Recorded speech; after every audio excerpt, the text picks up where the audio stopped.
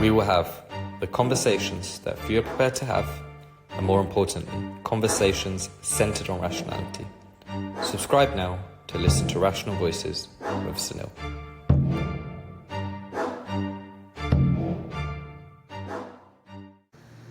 Claire, this is on the back of some pretty horrifying news we've seen in regards to the grooming gang situation. And it's obviously a lot worse than I think even a lot of us maybe expected or knew about. What's your take on what's happened? And I know you've spoken about it previously in the past. And what's just your general overall take on what we've found out in the last 24 hours or so?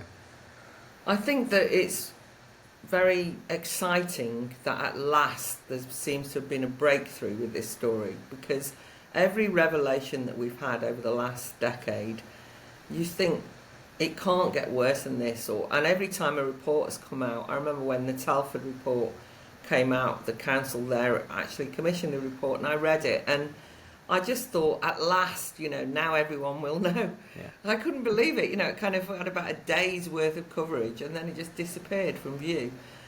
So the stars have aligned, and at long last, the people who've been really working on this in the background, all those whistleblowers, really put their lives and careers and reputations on the line, have been vindicated, and a few high-profile endorsements of the investigation of the issue. Obviously, Elon Musk is what I really mean, but it means it's also broken through in America. I think my reflections on it are that one of the times when it really upset me most, this issue, was during the height of the Me Too campaign. Right. Now, that might sound very odd, but for a period of time, it became an obsession to shout Me Too. Right. And although initially the Me Too movement looked as though it was a rightful antidote to sexual harassment in workplaces, some pretty gross behaviour, and as somebody who's interested in women's rights, obviously I wanted women to have that capacity to speak out. But it became so trivialised very quickly into some quite sort of minor incursions on women's space. I mean, hands on knee, somebody said something to me and so on. And it merged the gross abuses with the most, incidental acts of sexism, thoughtless it might have been.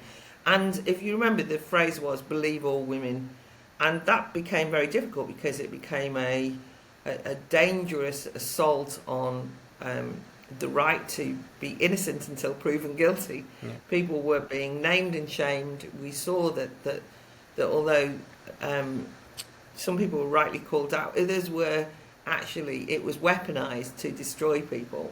And so I felt very uncomfortable anyway about that, and the fact that women were posited as victims. But at the same time that was going on, the revelations about what was happening in towns in northern England, with the grooming gangs, people now saying we should call them rape gangs for what they were, and particularly the awkwardness of ethnicity in relation to the grooming gangs, and the fact that a lot of the cover-up was precisely because people didn't want to say either Pakistani or Muslim or identify specifically. The same feminists who in Westminster were wandering around, pointing the finger at MPs, pointing the finger at anyone in authority and saying, you are a pest, you are a sex pest, just remained silent. And the two things were happening parallel. And you really thought, well, if part of the problem with the grooming gangs scandal was that the perpetrators saw these young women as white trash, and to a certain extent it seems the people in authorities felt that they were kind of just the wrong kind of victims who'd brought it on themselves, and that's what recent days' revelations have really revealed. Somehow they were the kind of girls who you just thought probably invited it in, and so on, all these horrible prejudices. Those prejudices, it seemed to me, were implicit in the silence from mainstream feminism in relation to Me Too, because they might not have said white trash, but they definitely didn't think those girls deserved the same kind of publicity that they, when they were saying Me Too, I've suffered too, that somehow those girls didn't count, and they just didn't give any publicity to it. I made a couple of speeches in the House of Lords along these lines, and you could have heard a pin drop. You know, it was like, oh, she's a far-right agitator, she's stirring it up for the right. And they were, both times I've mentioned it most substantially, were in debates on violence against women and girls. When every politician stands up and makes these kind of heartfelt speeches about how, and now the Labour government's in it particularly, but the Conservatives weren't much better, saying violence against women and girls is the big campaign of the world, and we're going to fight it and destroy it and all the rest of it. And then you say Rotherham, and they all go, what, look out the window, right? Or look at their feet, or accuse you of stirring things up. So I'm delighted that the stories are emerging, that it appears that the atmosphere in America with the Trump election just means that there's less pussyfooting around in terms of difficult subjects. And once people with high profiles, not just Elon Musk, but other politicians in America have started to notice this story and read the details and then go, what the hell is happening in the UK? How did the police and social services stand by while this happened? These girls were often in state care. And they weren't just wandering the streets. They were often people who were in care homes run by the British government, by elements of the state, who somehow allowed it to happen. Industrial scale.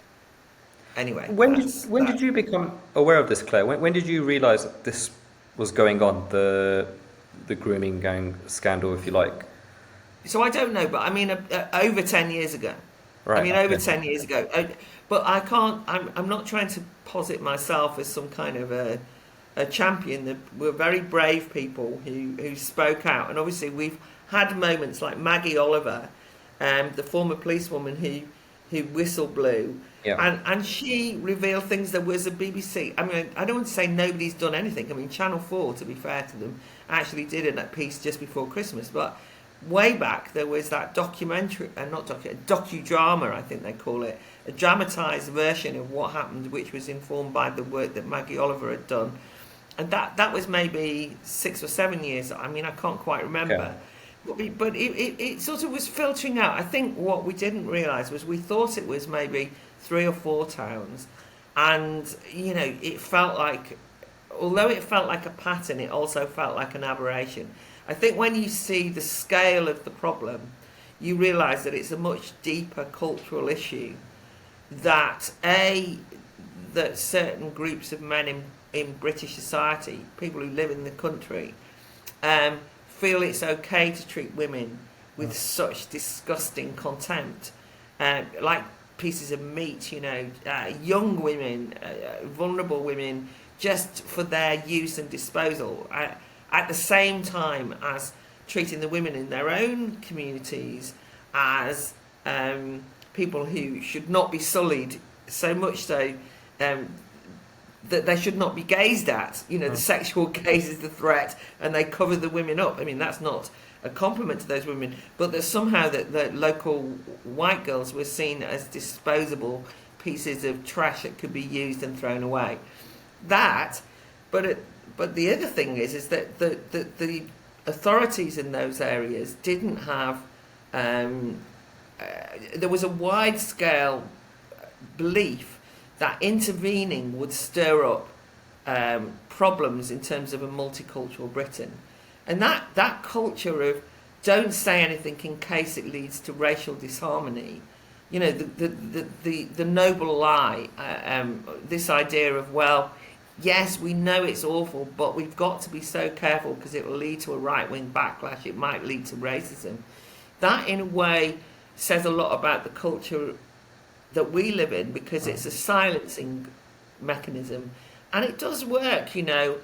If you think that by raising it you'll be called a racist, you do hesitate. And I want to emphasise that when I've spoken on this before, I've been nervous. You know, I have feared a backlash. I have been thought, oh, I don't want anyone to think I'm like a sort of Tommy Robinson fangirl. You know, I don't want to get into that. So you do immediately feel the chilling impact of not wanting the stigmatising label, and so you are slightly quieter than you would be. And I think that culture is one that's I'm afraid that's a domestic, homegrown culture amongst the people who run British society. That's a very worrying part of this problem. I think we can see on the positives is with Elon and everything that's going on in X and things like this, it being exposed and in all our faces is amazing.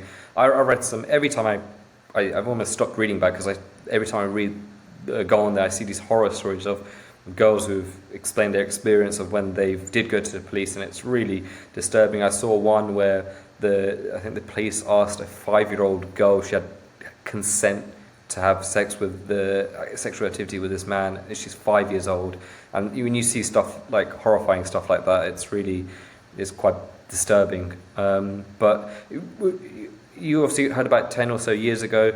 Have you seen much change? Not much change. Do you think much will change now? Sorry, because obviously it's a different government now. And yeah, I don't think the different government will make any difference. I think that a number of things have changed beyond the change in America. And I say once a story cuts through in America, that rebounds back into the UK. So I think, and it's embarrassing for any government to be in a situation where internationally people are going, oh my God, have you seen what's happening over there? So that causes some pause, I would think, for the government. But a couple of other things. I mean, I know, are often on GB News, and I think that the existence of the channel of GB News has been very important. Not only has it given a platform to new journalists like Charlie Peters, who deserves huge credit for the work he's done, but before that they also were covering it. Patrick Christie's has been covering the issue, and a wide range of people, to be fair. And I know that we did at the Battle of Ideas Festival that I organised, we had Winston Marshall did a podcast. We did a series of podcasts live, and he had Charlie Peters on. And I know that Winston Marshall podcast, kind of almost went viral a few months ago, after the festival. So I think that what's happened is that the accumulation of information, and I mean credit as well, by the way, as I've said, to Talk TV, let alone the fact Channel 4 picked it up. I think gradually that accumulation of knowledge means that it's just hard for the authorities to avoid it. But on the new government point, I think that one of the things that is difficult for Labour is that very often the councils were Labour councils in these towns, and there is an implication, more than an implication, evidence of some cover-up by councillors, by council leaders, just wanting it to go away and to hush it up. And the latest scandal is that Oldham Council, actually to their credit, felt that it was so big an issue that they couldn't deal with it internally, as it were, because too many people are, it's like the brother of a councillor is in prison for, all this sort of thing. So they pushed it back to the government and said, look, we think there should be public inquiry. And Jess Phillips, that great champion of women and girls, who says that fighting violence against women and girls is her sole driver for being involved in politics, has said, no, there won't be a public national inquiry. We're giving it back to you, Oldham, to sort out yourselves, which puts those local politicians in difficult situations. But they already were in a difficult situation. I think this is embarrassing for the Labour Party in general. But I don't want to let any of the political parties off the hook here, because I think Kemi Badenoch has spoken out today, and I'm glad that's happened. I know that Suella Braverman did a couple of days ago. But people are rightly pointing out, well, you were in power for 14 years while this was going on. And although it got mentioned by a number of senior Conservative politicians over the years, I think even Rishi Sunak, in his fight for leadership, made something of an issue of it, to be fair. I remember that happening and thinking, good, that's important. But despite that happening, nothing happened. There wasn't any action. It just was kind of referenced, acknowledged. But you've seen a gradual build-up, I think. And the final piece of the jigsaw in the UK, of course, is the shake-up of politics, in the sense that the collapse of support for the Labour government, which has happened with such speed. I mean, it's like watching the implosion of the Conservative Party, which was, at least at the merit of being kind of slow motion. And I can't keep up with the implosion of the Labour government. It's like so fast. It's like every day they do something more stupid and more ridiculous. And Jess Villett's example being just one of them, where they're just as tone deaf on everything. That has opened up a new political atmosphere where the likes of, but mainly Reform UK as a political party, definitely look like they're players. At the very least, what you've got is a populist surge, a sense that the mainstream parties are not fit for purpose. It reflects what's happening throughout Europe. It reflects what happened in America with the surprise, in inverted commas, huge defeat of Biden, of Harris post Biden's collapse. And you could see that nobody in the intelligentsia, in the bien pensant in America, in all those right-on people, they just didn't expect Trump to win. Certainly not to win decisively in that way. And that's the populist surge. And many of the people who voted for Trump don't even like him. They just wanted to give a bloody nose.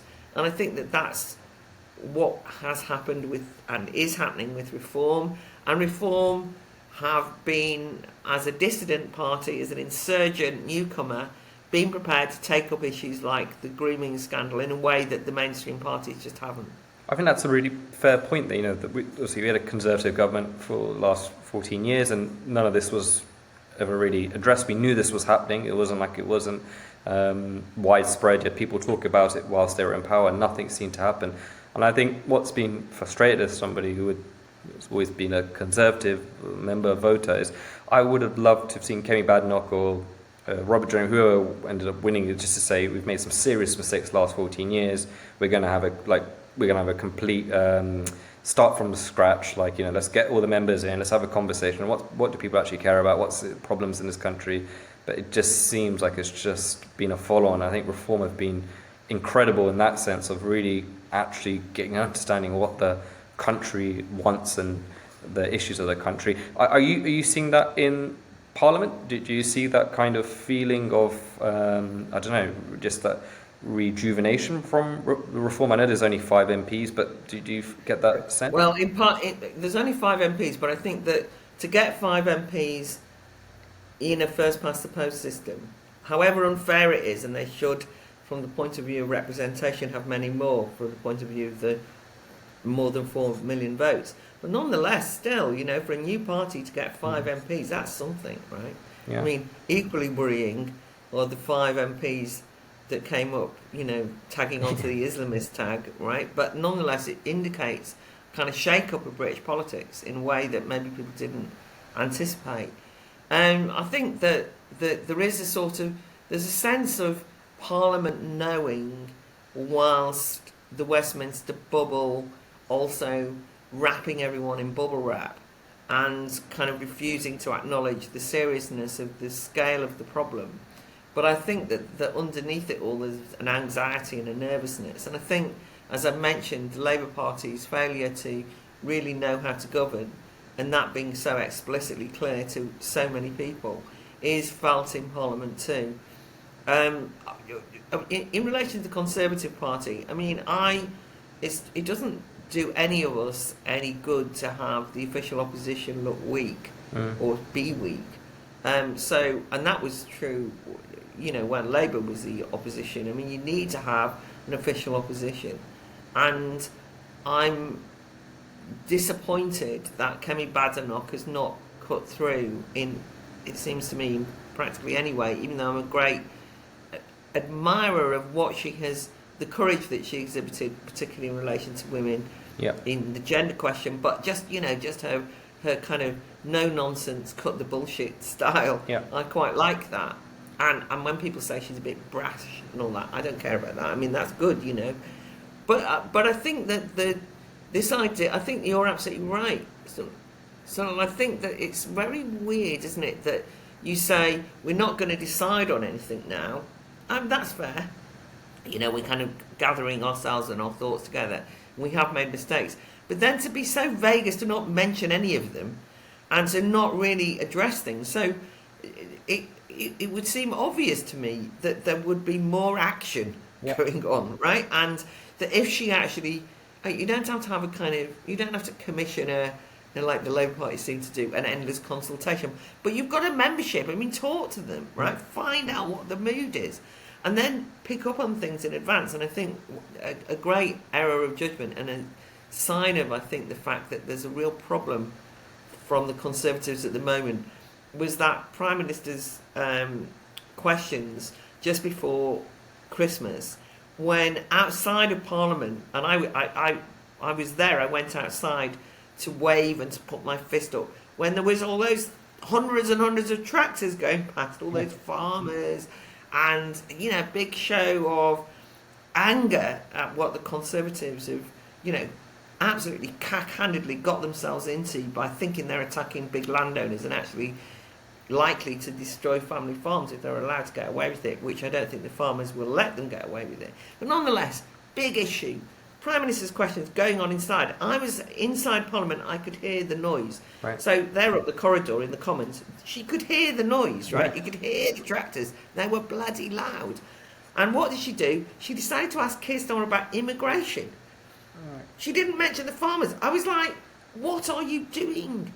And the thing that told me was that she hasn't got the confidence to follow her instincts, or if that was her instincts, they were the wrong ones. And the irony, of course, of asking the questions on immigration is you just opening up Starmer to attack you on the Tories on immigration. So it wasn't as though anything urgent had happened on immigration that day that she needed to do that. And I'm only using that as an example because I feel as though she's not ahead of the curve, and you just need to be more able to talk about the things that are really biting and really getting under the skin of the public, and to say something intelligent about them. I thought, I don't know what she says in a way. Just say something, right? Don't kind of like be all snooty like, oh, this, I'm not lowering myself until we've had a big policy review to discuss this. It's like, God, get on with it.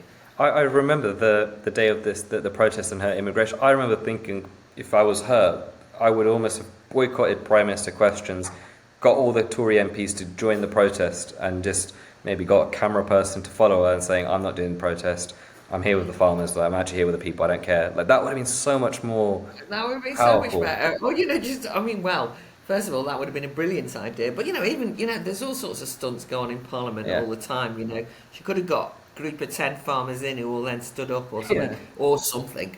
But, I mean, But anyway, it's more of an indication of the problem, I think. And I think something like the grooming gang scandal, not to over-fetishise that because there's an awful lot of things to talk about, but she's brought out a statement yesterday. It's kind of a few days after, it could have been before. But anyway, I think that if you look round and think to yourself, even if you're going to be opportunist about it and look around and say, what are the big issues that affect the Labour Party really vulnerable and weak on, you would know that this was one in which Labour councils were all implicated in a massive scandal that involves vulnerable young working class white girls throughout northern towns. So you could have anticipated that this could be something that you could at least ask the question about. If she'd only just done something more... Anyway, that's my point. My point is that I'm slightly disappointed. And so the mood in Parliament, to go back to that, is that the Labour Party are not fit for govern in many ways to govern. They really are. The term tone deaf was designed for them. They just haven't got their finger on the pulse at all. Everything from the way they handled the assisted dying bill, regardless of what you think about it, to have it posited as a promise to Esther Ranson, a celebrity, to hide behind the idea that Keir Starmer had nothing to do with the fact that it was just a Labour backbencher, Kim Ledbetter, as though it was nothing to do with them, not letting the bill get released until a week before. All of these things, right? Every single thing they've done, it seems to me, is backfiring on them. So you've got that. And then you've got a Conservative Party who just doesn't feel up to the job.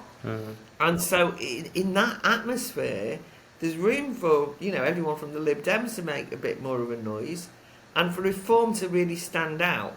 And I think that we can all know in our heart of hearts that reform haven't got a very clear policy depth, right? Nobody's saying that they have. Maybe they are, but that there's a kind of superficiality. But the dynamic is with reform. The dynamic is with people who are prepared to ask awkward questions and to just keep raising things. And credit has to be given here to Rupert Lowe in particular, but Rupert Lowe and Richard Tice have been particularly impressive on this, which is they're regularly in their chamber. They sit there and they diligently ask difficult questions. Those kind of things that I've tried to do in the Lords, by the way, but the Lords is much less important, where everybody kind of looks at their feet, or you can hear a pin drop and it's like shuffling around. But eventually what happens is they kind of know that you're going to... what's happened to me in the 4 years that I've been there is that although, it's not like you're not popular, but nonetheless, people know that if you raise an issue, that is going to be one of those issues where they're kind of going to feel awkward. They're actually a bit intimidated. They know that you're serious about something and they kind of would rather you didn't raise it. But there's a sort of very grudging respect. And I've seen that happen. A grudging respect for the Reform MPs has emerged, particularly in relation to Rupert Lowe and Richard Tice, I think. I think on this show, and from anything I've heard, Rupert Lowe seems to be like almost like the MP of 2024, like the MP of the year. Like he seems to, I've only heard positive things from people who I normally associate even on the left, and I've just heard nothing but positivity when it comes to Rupert Lowe. Going to sort of before you got to the House of Lords, it would be interesting to talk about some of the work that you've done. I obviously came to the Battle of Ideas this year, which was amazing. But let's talk about some of the stuff that you've done, in particular with freedom of speech, because you've been a massive bastion of this and a lot of work on it. But let's talk about how that all started, where you decided to get involved in essentially freedom of speech, protecting it. Yeah, so actually it's the Academy of Ideas 25th anniversary this year. We started in the year 2000. It's actually going to be the 20th Battle of Ideas Festival. Wow. So we've got 2 anniversaries. But the reason why I started the Academy of Ideas 25 years ago was because, there's a bit of a long story in the build-up to it, but I had been a teacher. I was involved in politics. I was involved in as is well documented, in far-left revolutionary Trotskyist politics. But I was also, relatively known in the media, Radio 4 type media figure, on the Moral Maze, for example, and a regular panellist. And one of the things that really struck me when Tony Blair got into power, because that's how long ago it was that there just was less room for discussion and debate. At the time, the kind of issues were every politician, spin doctors were a relatively new thing then. And therefore, you just felt that nobody was saying what they really thought. Everything was manicured and contrived. You were beginning to see the start of the influence of the market on higher education. And, regardless of whether you're pro-free market or not, the fact that the university sector, which had previously been the bastion of open debate and discussion and so on, that the ivory tower started to have to kowtow to a certain extent to external influences that maybe would limit the capacity for both academics and students to say what they thought. You got the emergence of what we used to, it sounds so quaint now, political correctness. Right. Political correctness was starting, the people policing the words that people used, and so on and so on. So, I wanted to try and revive the tradition of the public square, to reinvigorate the place where you would be able to have public debate without restraint. That was what the Academy of Ideas was, and we experimented with ways that you could have more public discussion. because my big thing was that everything was top down. The whole notion of Blairism was a kind of, before it became a cliche, was the nanny state. You know, we know best, we're the technocrats. It was post the fall of the Berlin Wall. It was more or less established that there was no alternative. You know, Thatcher's dictum, there is no alternative, came to mean we the experts know best, you little people just sit over there, there's no argument now over the economy, it's just who's the best manager, and then we'll decide what happens to the population. So it was a real emptying out of democratic engagement, and it really did have the feel of politics being, you know, post-ideologically vacuous and superficial. So the Academy of Ideas wanted to try, for young people in particular, maybe because I'd been a teacher or I taught in further education, so 16 to 18 year olds, wanted to try and give those young people the opportunity to realise that politics was not some deadening, spinned, you know, kind of follow the script, that they should not be frightened of threats to free speech, that they should openly question everything, and so on and so forth. So that's what we did, and we ended up falling on the format because we were organising so many things during the year. Well, it was only like, you know, 2.5 of us or something, and we had no money, and we were kind of, well, we've never had any money, and we just thought, well, we originally thought we're having loads of debates and discussions all the time, but it was like too much almost. And so we then started the Battle of Ideas Festival.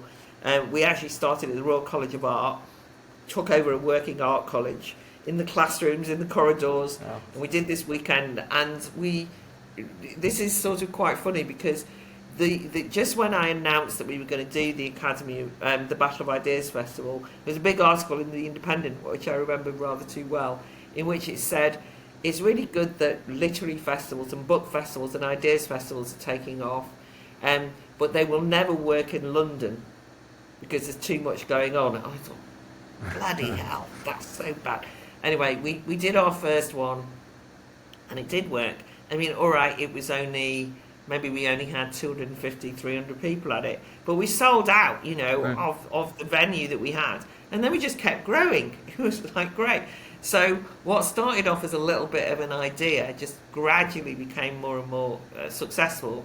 Successful in the sense that we were asked to put on strands of debates at other people's book festivals to liven them up. We used to do work, we were commissioned by Edinburgh Fringe to put on late night review sessions. We worked at the Edinburgh Book Festival. We did events that we were commissioned to do at Hay Festival, Cheltenham Science Festival, all these sort of things, and we were constantly being asked in to other people. So there was a real commitment, and the term that was used at the time was public engagement. There was a panic that you won't remember because you're too young, in the early 2000s, that mainstream institutions didn't have enough public engagement. It was a recognition of that top-down dilemma, that it would mean then you didn't know how to relate to a public anymore, and the collapse of collective organisations, everything from trade unions to churches, meant that nobody really knew who the public were. Right. And we were seen as a useful vehicle for, we used to attract lots of young people to our events, and socially mixed as well. You know, working class people actually went to intellectual festivals. You know, the reviewers were shocked. You know, they were like, well, they actually get ordinary people to go. And so we started to do all that work. And that more or less kind of was our business model until around 2016. And of course, what then happened was, inevitably, like with everything in this country at the moment, it was ascertained by those, our sponsors and the people that we used to, by that stage we'd moved to have our festival at the Barbican because we'd grown out of the Royal College of Art. We took over the whole Barbican, which we got for a peppercorn fee, and they were enthusiastic. They headhunted us to go, and we had quite a lot of corporate sponsors, so we were able to keep going. Brexit happened, right, and it was ascertained by the powers that be that I was supportive of leaving the European Union. The truth is, I wasn't even brave about this. I don't think I understood that having it been known that I was supportive of voting to leave in a referendum which the government had called and asked us all a question. I didn't know, it was kind of like there was only one answer. How naive of me. I kind of made it known, I said it on a couple of radio programs, and I mean literally all hell descended on me. We lost our sponsors. We, gradually from 2016 to 2018, it was like going to punishment shooting. It was like sort of gradually Would people say it's because of Brexit? Because they explicitly say? Some people it was clear. The corporates, some of the people that we would deal with in the corporate say the CEO has said have nothing to do with them. She's leave. How dare Wow. So I was told. Wow. The loss of the venue was definitely there was. I mean, it's too complicated, but it was told by the people who were very authoritative, not the staff, by the way, or not, right. Not the staff, but not necessarily the people we worked with, but the senior people, the people on the boards, the trusts, the charity, we got some very big, we got some big grants that would be for over a number of years, some charitable trusts and so on. We never had a lot of money, but we had enough to keep going. Yeah, we would get these kind of small amounts, and then I would just hear from somebody, people on the trust just feel very uncomfortable about your association with far right populists, and of course it all came to a head when I stood for the Brexit Party. Right. As an MEP, to be elected as an MEP, which I subsequently was. And look, I was asked by the Brexit Party to stand, and I actually initially said no. And I remember going back into the office at the Academy of Ideas and said, look, I've decided not to do it. I mean, it's just a small team, right? Yeah. And I could see them all kind of breathing a sigh of relief because we were just beginning to start building back some of our support. Yeah. And then 2 weeks later, I just had enough of the Remainer. David Lammy was the one that did it when he called the ERG worse than Nazis. Right. That happened on the Sunday on TV, and on the Monday I phoned up the Brexit Party office and said, I've changed my mind, I'll stand.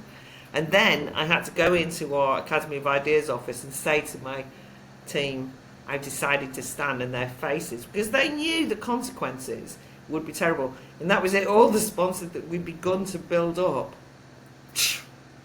wow. That was it. And of course it confirmed in their heads, Claire Fox has always been a Farageist. No, it's partly to do with the fact that I came from the left and I was kind of one of those, liberals on Radio 4, and it was almost like the betrayal of my own tribe in right. their heads was even more unforgivable, and then they could confirm, she's always, I was as surprised as anyone else to be standing as a candidate in a Farage-led party.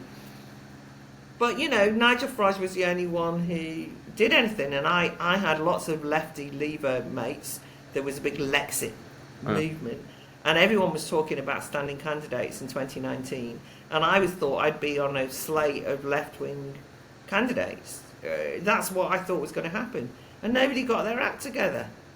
And I just had it. I just thought we've got to do something. So if Brexit had been properly betrayed at that stage, overturned, I thought it would lead to, it was almost like a civil war-like atmosphere in 2019. I thought people will riot on the streets.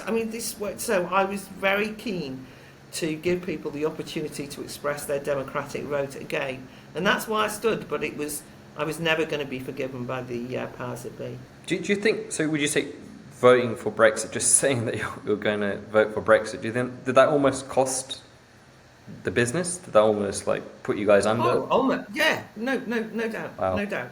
But it coincides then with the big shift in politics. So if you think about it, those very corporate sponsors, who, by the way, give us, I don't know, 10 grand here or 10 grand there, which meant that we were able to put on a national festival, which costs a bloody fortune, by the way. And you have to pay all the travel of all the. We never pay speakers' fees, but you have to put on the travel. You have to have hotels. Everything costs a huge amount of money. The venue and so on. All of these things, That's all we were trying to get the money for, and a small staff of 4 or 5 people. We're not talking, we are not like one of the quangos, right? That we're used to. When you're trying to raise money like that, you those companies would be like, oh well, this is quite good. They have interesting things. They get young people along. We'll send our graduate scheme to go, that sort of thing. Right. Jaguar Land Rover, PwC, all these kind of organisations do this sort of thing. They're into encouraging their young staff to be engaged, so that's why they do it. What then happened was, coincidentally, was the growth of EDI in the corporate sector. So if you want, you kind of get over the shock of 2016, and straight away afterwards, a lot of the corporate people that we were talking to, and a lot of the people that usually give money to organisations like ours, started to be taken over by EDI. Right? So then we were never going to work, were we? Right? Because suddenly you're confronted with going to ask for support from the Public Engagement Office, who say, what's your position on diversity and inclusion? Wow. Okay. Right? And of course, you immediately say, we're rather sceptical of this, and we have a meritocratic approach, and we will not go out of our way. I remember going to the Arts Council for money once. Well, that's not even true. The Arts Council approached us and asked me to go and talk to them because our arts programme was very successful, and they wanted to get in on the act, and they were offering to give us some money. But the problem was that I had one meeting with them, and they kept saying, what's the ethnic breakdown of your audience? What will it be for these events that you're organising? And I said, what? You want me to count the colour of the skin of the people who are attending? And you want me to go out with a kind of proportionality and go, we've got this many Chinese, this many... I said, we can't do that. It's like, I've told you, we have a very mixed group. We have quite a wide range of... And they're saying, well, we need to know the demographic breakdown and the ethnicity and so, and you're familiar with all this now. Yeah. And it's more than box ticking, because it immediately puts you into this peculiar position of thinking, what would I need to do to attract those people? And that's in a way what happens. And in 2016, I published my only short book. I've written a lot over the years, but only one little book called I Find That Offensive. And in that, I talk about one of the things that happened to somebody I knew. And basically, there was a group of people I knew who were involved in theatre. They weren't white, but to be honest with you, that wasn't the point. They were a theatre group. I never thought about the colour of their skin. I don't think they did particularly, right? And gradually, over a period of time, they then were told that in order to get the money, they had to be the Southeast Asian, had to identify themselves as Southeast Asian. Right. And then, they went from being a neutral to a South, and then it became the Muslim women, right? Anyway, you can know the story. And then they all fell out amongst themselves. And the problem with this was they then started to think about putting on works of art pieces of theatre that would attract in young Muslims. Right. Whatever that means. But do you see what I mean? Because you get encouraged to think through the lens of identity politics. And I think if you ask me what the Academy of Ideas stands for today, we have been, I think, at the forefront in the last decade, definitely, of being completely opposed to identity politics of any kind, shape or form. And the free speech element of this, we've always just had this free speech thing. We had the slogan of the Battle of Ideas when we launched was free speech allowed. We think it was a bit of a pun, allowed. And it wasn't very exciting. It's a bit of a slogan. I mean, it's almost become a revolutionary slogan now, say free speech allowed. And we were simply saying that you should be able to query and question the orthodoxies of the day. The orthodoxies of the day became identity politics, and that then became one of the greatest threats to free speech in this country. And we've already talked about the grooming gangs. You can imagine a situation where any criticism of anyone based on their identity can get you closed down, which is the title of my book was, I find that offensive, because the phrase that you would hear was, as a black woman, I find that offensive. And they weren't telling you, they were saying, shut up. You know, if you dare, I will go for you. And that has become a real problem, and it's become institutionalised now. And I'm afraid we have a government that, rather than seeing it as a problem, sees it as an opportunity to shape the public conversation, i.e. cut out the voices of people it doesn't agree with. Very dangerous.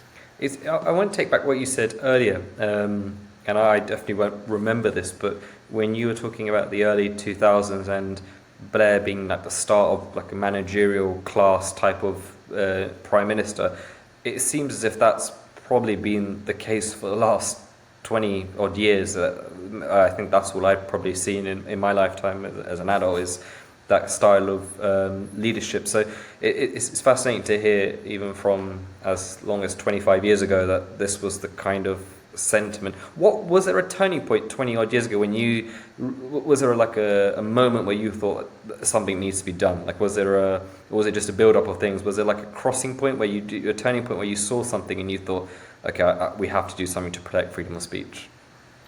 I think it really was the recognition of the fact that it really was a recognition of the fact that under Blair, or the Blair government, that freedom of speech was no longer a given. And we started to get the emergence of the no platform movement spreading beyond universities. Okay. The reason I talk about universities quite a lot, actually, and continue to do so, is not because I'm kind of only interested in what students get up to, but think about what happened under Blair. Under Blair, the target was to get 50% of young people into universities for a start off, right? I mean, that in and of itself was problematic from an academic point of view, and particularly problematic for the 50% who don't go, who then somehow are kind of treated as second-class citizens. Ironically, when you had a smaller cohort go to university, it was just an option for those people who were interested in academic work, right? Small. The vast majority didn't go to university, so you didn't think the vast majority was stupid. Yeah. You just... Anyway. But suddenly you get 50% going to university, so it becomes a place that inevitably can be a source of indoctrinating the young. I mean, whether you like it or not, they're involved in institutions that suddenly can shape the minds and the attitudes of a whole generation. That's one thing. So that was happening at the same time as the growing sense that the left, remember, that I came from, abandoned in post the fall of the decline of the Berlin Wall, slightly became disillusioned with the working class, became disorientated ideologically, and they embraced the rainbow coalition of identity politics, and lost faith in ordinary people's capacity to make the right decisions, as it were. Right. And so I mean, there was a real disillusion with the working class beginning to emerge. And so, if anything, they wanted to kind of train the working class in the etiquette of left-wing thinking and banning anyone who disagreed. And so you've got, I mean, we've also got to remember that when I was kind of first active in politics in the 80s and 90s, there was rabid racism, proper bigotry, right? You know, I lived in Coventry in the 80s, and there was just gangs of racist youth wandering around the place, you know, beating people up, burning people's homes. The police would go and arrest the families of the people whose houses had been burnt. It was like the grooming gangs, but the other way around, you know, immigrants who had come to this country, who were here legally, treated like dirt and second-class citizens. So it was a really nasty atmosphere, right? Ironically enough, talking 80s, Coventry, my mum, she came to England around that sort of period, late 70s, was in Coventry, and she would often say that was actual racism then, not... Like, proper. I mean, mate, today, people, when they say it's racist... Anyway, the reason I'm saying that is because we'd been through that period, and the conclusion at the end of it, I'm afraid, by a lot of left-wing leaders, thinkers, was all the working class are all racist, so what we've got to do is to no platform anyone with any of these views. So they abandoned the job We're trying to win the arguments, is what I'm saying. So, Right.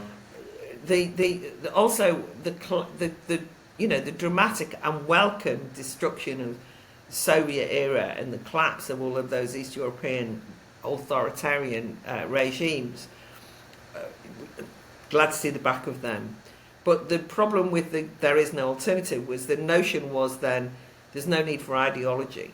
And ideology was stigmatized as the problem. You know, so ideology had created Stalinism and all these bad things. Now we have post-ideological. The problem is that post-ideology in that context became principle light, you know, no ideas, right? Ideas became dismissed and to be managed, just like the economy.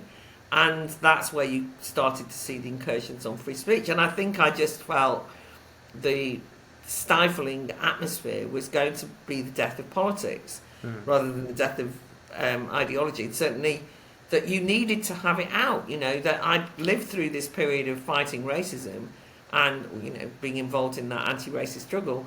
And I knew that you could win people over. I don't mean win over the skinheads around the corner, but that you had to have the argument out in public. You had to persuade people that this was backward or reactionary or whatever, and should not let the authorities ban things because they're as likely to come and ban you. You know, all of these cliches that we now know. And it was just starting. That's what. And so I'm much more openly unapologetic for being ideological. You know, it's still used now as an insult, you know. Oh, you're just being ideological. Well, you mean I've got some ideas. Yeah. I've got certain ideological commitments to, I don't know, freedom or democracy. I mean, these are ideological positions, right? They're not natural. They were long fought for. I'm a kind of great fan of the Enlightenment, you know, all of that thinking that went on then, which is a great leap forward for society, to use that pun, but you know, it really was genuine intellectual breakthroughs where we realised that humans were not animals, that we were the centre of our universe, that we could shape and change history, that we were agents in, not like in feudal times where everything was in its set place, but that everyone had the capacity to, in a meritocratic way, write their own story and change history and change society and so on and so forth. All of the things that emerged from that were obviously democratic freedoms, and these were great gains, but they're not natural. God, we can see at the moment, if you look at somewhere like Afghanistan, I mean, I posted something on X about this. I mean, only in 1979, within my living memory, even if not yours, there's pictures of women walking freely around Afghanistan, you know, as women everywhere, right? Yeah. And in that, you know, the gains of freedom can be lost. They have been lost in Afghanistan, right? And we think, oh, well, you know, they'll never take free speech away from us. You know, we've got democracy. What's there to worry about? Well, no, these things need to be guarded, fought for, protected. They're precious. They're political and ideological gains that have emerged out of struggles where people thought about things, wrote books, philosophized.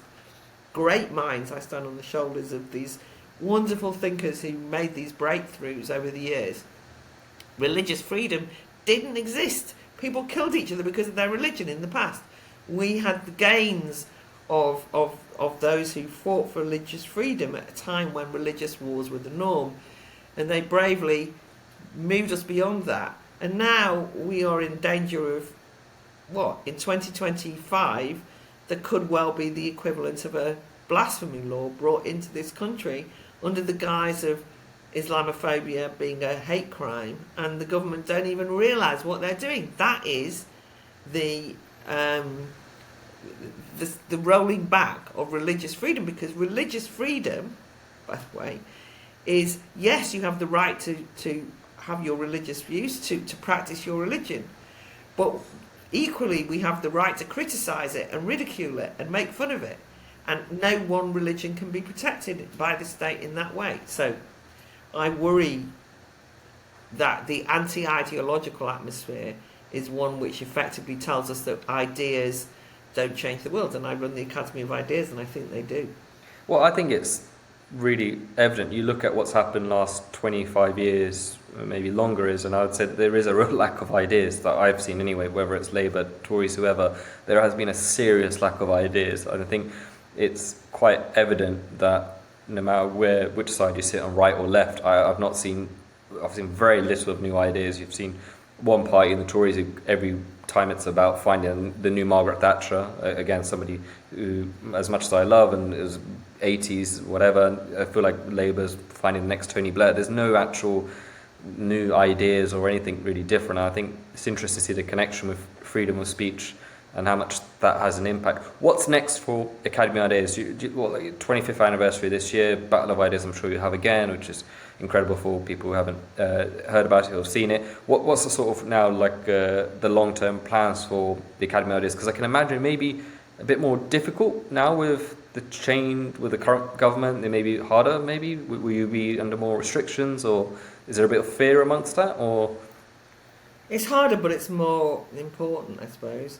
I mean, look, you want to get to a point where you don't need the Academy of Ideas. You know, the world, we're not owed a living, or, I mean, we don't make a living, but we're not owed an existence. And, you know, if circumstances change, it's a struggle to keep the organisation going. This is a nice, cheerful way to answer your question. It's a real struggle to keep going. It's a struggle to keep going, and you want, in a way, you think, well, you know, if there's other ways of organising, well, fine. But what's happened is the Battle of Ideas has become almost like a kind of mothership to all the different campaigning organisations that couldn't find a hospitable home. You know, like the gender critical groups, the people who are against identity politics, groups like Don't Divide Us, who are prepared to stand up against the critical race theory orthodoxies and yet are committed anti-racists themselves but hate the contemporary anti-racism, all these kind of different groups. But we become that place. It's not that we all agree on everything, it's not that everyone agrees on everything, but that it's important, I think, to allow all those organisations to come together in a sense of solidarity.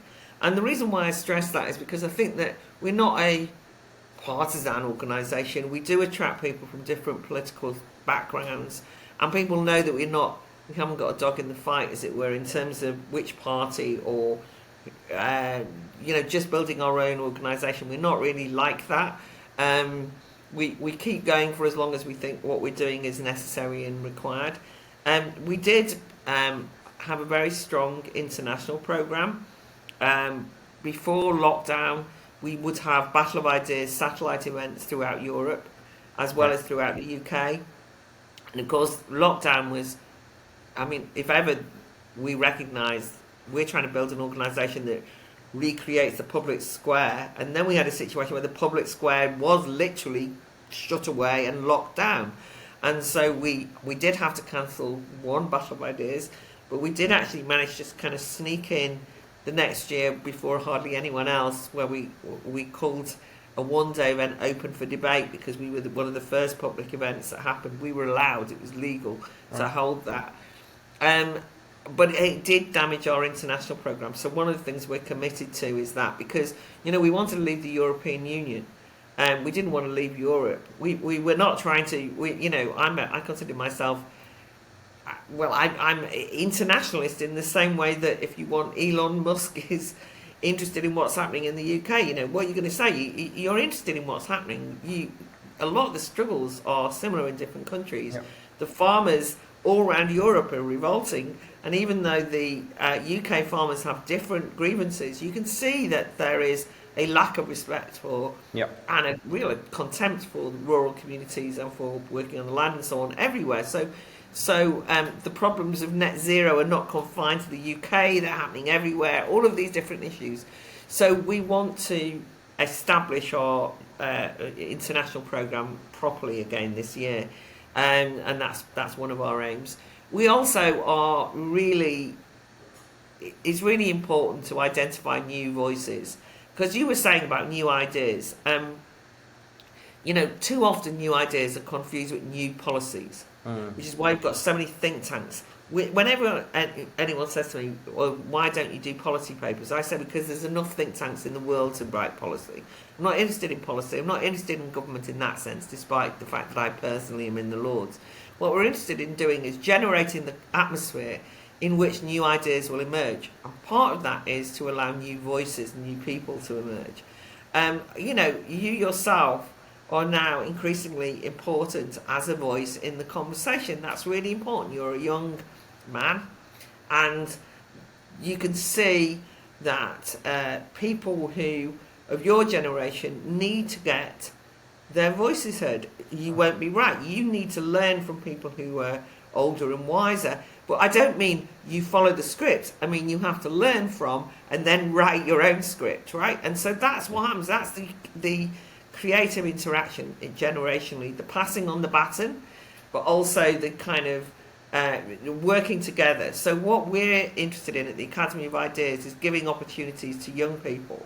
And so the sister charity that we set up of the educational projects of the Academy of Ideas originally, which now runs Debating Matters, which is a school's debating competition for 16 to 18-year-olds, which we're doing a transatlantic version of with America this year, which we're having in cities around the UK, which we do in Germany as well, and which we hope to do more international work, or our Living Freedom project, which is for 18 to 30-year-olds, encouraging young people to take the ideas of freedom seriously, to learn from the classics, to be familiar with the philosophical and historical arguments that have gone before, but to develop their own ideas. So what I'm interested in is giving opportunities to a new generation to take on this work, and to make sure that they're not just motor mouths, right? I mean, when you're young,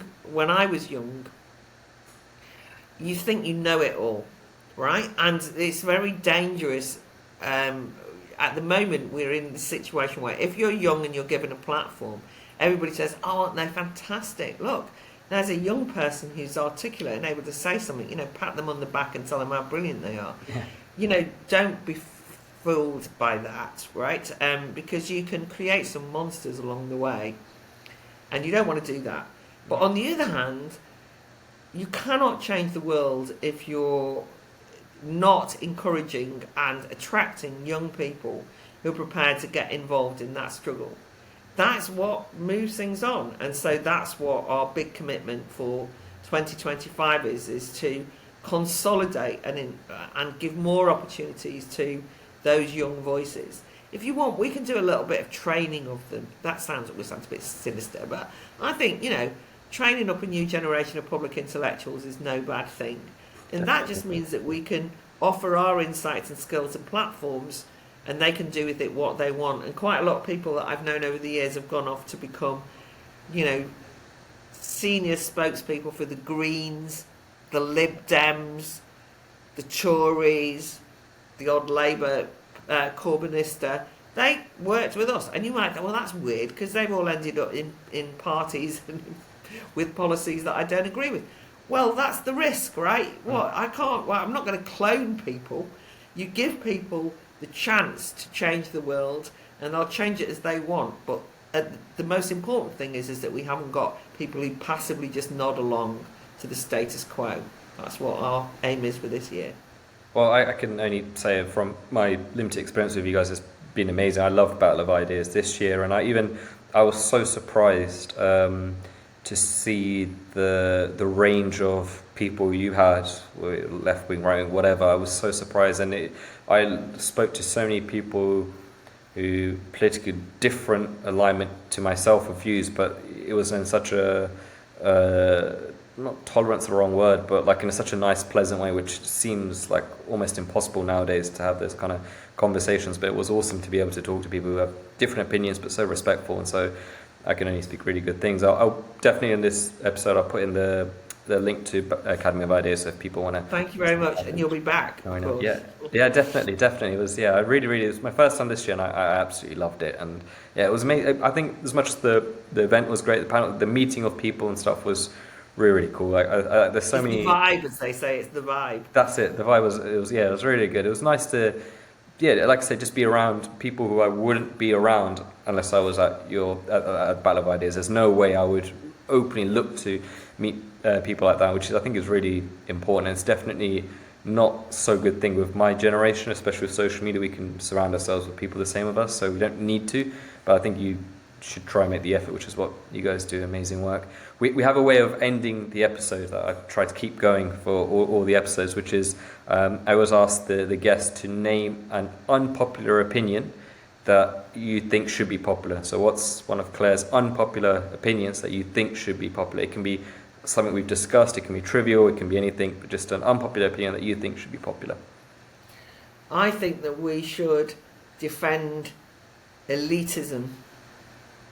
And as a populist, that's quite unpopular.